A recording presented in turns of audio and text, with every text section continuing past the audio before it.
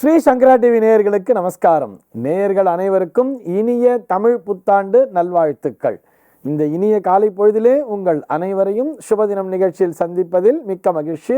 இன்று 14/4/2024 இந்த நாள் எப்படிங்கிறத பார்க்கலாம் வாங்கோ.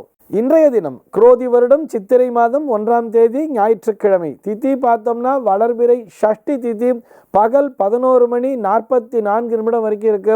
அதனை தொடர்ந்து வளர்பிறை சப்தமி திதியானது வந்து விடுகிறது. இன்னைக்கு நட்சத்திரம் பார்த்தோம்னா திருவாதிரை நட்சத்திரம் இரவு 1:33 வரைக்கும் இருக்கு. அதனை தொடர்ந்து புனர்பூசம் நட்சத்திரம் என்பது வந்து விடுகிறது. இந்த நாள் முழுவதுமே ஒரு சித்தயோகம் கூடிய நாளாக அமைந்திருக்கிறது. இது போக பஞ்சாங்கத்திலே வரக்கூடிய யோகம்னு சொல்லி பார்த்தோம்னா இன்னைக்கு அதிகண்டம் அப்படிங்கிற ஒரு யோகத்தை கொடுத்துருக்கா. கரணம் பார்த்தோம்னா தைத்துளை அப்படிங்கிற ஒரு கரணத்தை கொடுத்துருக்கா. இந்த நாளானது ஒரு மேல் நோக்கு நாளாக அமைந்திருக்கிறது. இன்னைக்கு என்ன ஸ்பெஷல் அப்படின்னு சொல்லி பார்த்தோம்னா இன்றைய தினம் சித்திரை மாதம் 1ஆம் தேதி என்பதால் இன்றைய தினம் தமிழ் வருட பிறப்பு, தமிழ் புத்தாண்டு நாள் அப்படிங்கிறத கொடுத்துருக்கா. ஷஷ்டி விரதம் அப்படின்னு கொடுத்துருக்கா. இது போக இன்றைய தினம் அந்த சப்தமி திதியானது பகல் 11:44 வந்து விடுவதால் இந்த நாளினை பானு சப்தமி அப்படின்னு சொல்லி ரொம்ப விசேஷமாக கொடுத்துருக்கா.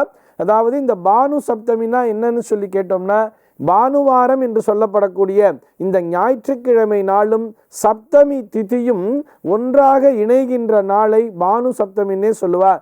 இது சூரிய வழிபாட்டிற்கு மிகவும் ஏற்ற நாளாகவே பார்க்கப்படுகிறது.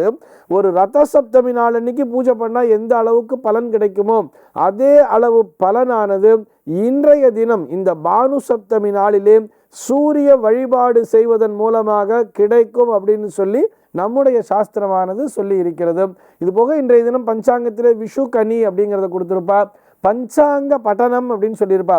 அருகில் உள்ள ஆலயங்களிலே பஞ்சாங்க பட்டனம் அப்படிங்கிறது நடக்கும். இந்த பஞ்சாங்க பட்டனம்னா என்ன அர்த்தம்னு கேட்டோம்னா பஞ்சாங்கத்தை படித்தல். அதாவது இந்த குரோதி வருஷ பஞ்சாங்கத்தை எடுத்துட்டு இந்த வருஷத்தினுடைய ராஜா யாரு, மந்திரி யாரு, சஸ்யாதிபதி, நீரசாதிபதி அப்படிங்கிற மாதிரிலாம் சொல்லுவா. இதற்கான பலன்கள் எப்படி இருக்கும், எந்தெந்த ராசிக்காரர்களுக்கு ஆதாயம் எவ்வளோ, விரயம் எவ்வளோங்கிறதெல்லாம் படிச்சுட்டு இந்த வருஷத்திலே என்னென்ன கிரக பயிற்சிகள் இருக்கு, கிரகணங்கள் தெரியுமா தெரியாதா அப்படிங்கிற மாதிரி விஷயங்கள் அத்தனையும் இந்த பஞ்சாங்க பட்டணத்திலே சொல்வார்கள். இந்த பஞ்சாங்க பட்டணத்தை எல்லோருமே கேட்க வேண்டும் அப்படின்னு சொல்லி நம்முடைய சாஸ்திரமானது சொல்கிறது. பஞ்சாங்க பட்டணத்தை கேட்பதன் மூலமாக பாபங்கள் விலகும் அப்படின்னு சாஸ்திரத்தில் சொல்லியிருக்கா. இது போக இன்றைய தினம் யமுனா ஜெயந்தி அப்படின்னு கொடுத்துருக்கா. இந்த யமுனை நதியினுடைய ஜெயந்தி நாளாகவும் இந்த நாளானது பார்க்கப்படுகிறது. இது போக இன்னொரு வார்த்தை கொடுத்துருப்பா, நிம்ப குசும பக்ஷணம் அப்படின்னு சொல்லி கொடுத்துருப்பா. இது என்ன சார் நிம்ப குசும பக்ஷணம்னு பஞ்சாங்கத்தில் கொடுத்துருக்காளே, இது எங்களுக்கு புரியல அப்படின்னு சொன்னா ஒன்றுமே இல்லை, சிம்பிளான விஷயம். நிம்பா அப்படின்னு சொன்னால் அது வேப்ப மரத்தை குறிக்கும். குசுமம்னு சொன்னால் புஷ்பங்கள். பக்ஷணம்னு சொன்னால் நமக்கு தெரியும் அது ஒரு தின்பண்டம்னு சொல்லி.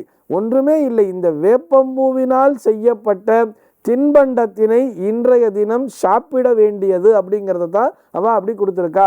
வருஷ பிறப்புனால என்ன பண்ணுவா, இந்த யுகாதி அன்னைக்கு கூட பார்த்தேன்னா தெலுங்கு வருஷ பிறப்பு அன்னைக்கு பார்த்தேன்னா யுகாதி பச்சடிங்கிறத ஒன்று பண்ணியிருப்பா இல்லையா. அதே மாதிரி தான் இந்த வருடப்பிறப்பு நாளிலே இந்த நிம்ப குசும பக்ஷணத்தை சாப்பிட வேண்டும்னு சாஸ்திரம் சொல்றது. அதாவது வேப்பம்பூ பச்சடின்னு வச்சுக்கோங்களேன். இந்த வேப்பம்பூவை என்ன பண்ணுவா, பச்சையாக இந்த வேப்பம்பூவை பறித்து அதை கொஞ்சம் வெல்லம் அப்புறம் கொஞ்சம் ஜலத்தை சேர்த்துண்டு இந்த வெள்ளத்தை போட்டுண்டு கொஞ்சம் புளி மாதிரிலாம் சேர்த்துண்டு மாங்காய் எல்லாம் 4-5 கட் பண்ணி போட்டுண்டு அது ஒரு பச்சடி மாதிரி சாப்பிடுவா இல்லையா. இதனை சாப்பிட வேண்டியது. இதை நினைவூட்டுகின்ற விதமாகத்தான் பஞ்சாங்கத்திலே நிம்ப குசும பக்ஷணம் அப்படின்னே கொடுத்துருக்கா. இந்த வேப்பம்பூ பச்சடியை சாப்பிட்றதுக்குன்னு ஒரு ஸ்லோகத்தை சொல்லி கொடுத்துருக்கா. அது என்ன ஸ்லோகம் தெரியுமா? சதாயுர் வஜ்ர தேகாய சர்வ சம்பத்கராயச்சா சர்வாரிஷ்ட விநாசாய நிம்ப குசும பக்ஷணம் அப்படிங்கிற ஸ்லோகத்தை சொல்லி இந்த வேப்பம்பூ பச்சடியை சாப்பிடணும்னு சொல்லி நம்ம சாஸ்திரமானது சொல்கிறது. சரி, இன்றைய தினம் சூரிய உதயம் என்பது சென்னையை பொறுத்தவரை காலை 6 மணிக்கும் சூரிய அஸ்தமனம் என்பது மாலை 6:18 சம்பவிக்கிறது. சந்திர உதயம் என்பது காலை 10:41 சந்திர அஸ்தமனம் என்பது இரவு 11:35 நிகழ்கிறது. இன்றைய தினம் ராகு காலம் சென்னையை பொறுத்தவரை மாலை 4:45 முதல் 6 மணி 18 நிமிடம் வரையிலும், யமகண்டம் என்பது மதியம் 12 மணி 9 நிமிடம் முதல் மதியம் 1 மணி 41 நிமிடம் வரையிலும், குளிகை காலம் என்பது மாலை 3 மணி 13 நிமிடம் முதல் மாலை 4 மணி 45 நிமிடம் வரையிலும் நடக்கிறது. தினாந்தம் என்பது இன்றைய தினம் இரவு 1 மணி 36 நிமிஷத்திற்கு கொடுத்திருக்கா. இன்றைய தினம் சூலம் என்பது மேற்கே சூலம்னு பஞ்சாங்கத்தில் கொடுத்திருப்பா. இந்த சூல தோஷம் என்பது பகல் 10 மணி 55 நிமிடம் வரையில் மட்டுமே. இதற்குரிய பரிகாரமாக வெள்ளம் தானம் செய்துவிட்டு செல்ல வேண்டும் அப்படின்னு சொல்லியிருக்கா. இன்றைய தினத்தினுடைய ஆன்மீக தகவலாக நம்ம என்ன பார்க்க போறோம் சொல்லி பார்த்தோம்னா, ஒவ்வொரு ஞாயிற்றுக்கிழமை நாளும் கதை நேரம் அப்படின்னு பார்த்துட்டு வரோம் இல்லையா. இன்னைக்கு பார்த்தோம்னா லாபத்தில் பங்கு அப்படிங்கிற ஒரு கதையை தான் பார்க்க போறோம். ஒரு ஊரில் ஒருத்தர் பிச்சை எடுத்துகிட்டே இருந்தானா, ஒரு சாலையில் ஒரு ரோட்டில் ஒருத்தர் பிச்சை எடுத்துகிட்டே இருந்தானா. அவன் பிச்சை எடுத்துகிட்டு வரும் பொழுது ஒரு பணக்காரன் அவனை பார்த்துருக்கா. பணக்காரன் பார்த்துட்டு கேட்குறா, ஏன்பா உன் கை கால்லாம் நல்லா தானே இருக்குது, எதுக்காகப்பா இப்படி பிச்சை எடுத்து சாப்பிட்ற அப்படின்னு சொல்லி கேட்கும்போது அவன் சொன்னானா, இல்லை எனக்கு வேலை போயிடுச்சு, வேலை போய் 1 வருஷம் ஆறுது, இந்த 1 வருஷமாகவே நான் ரொம்ப கஷ்டப்பட்டு இருக்கேன், என் கையில் இருந்த காசெல்லாம் காலி ஆயிடுச்சு, வேலை தேடுற வேலையே கிடைக்க மாட்டேங்குது, நான் எங்கே தேடினாலும் எனக்கு வேலை கிடைக்கல, நீங்கள் வேணால் எனக்கு வேலை வாங்கி கொடுக்குற, அந்த பிக்ஷை எடுக்கிறத விட்டுறேன் அப்படின்னு சொல்லி சொன்னாராம்.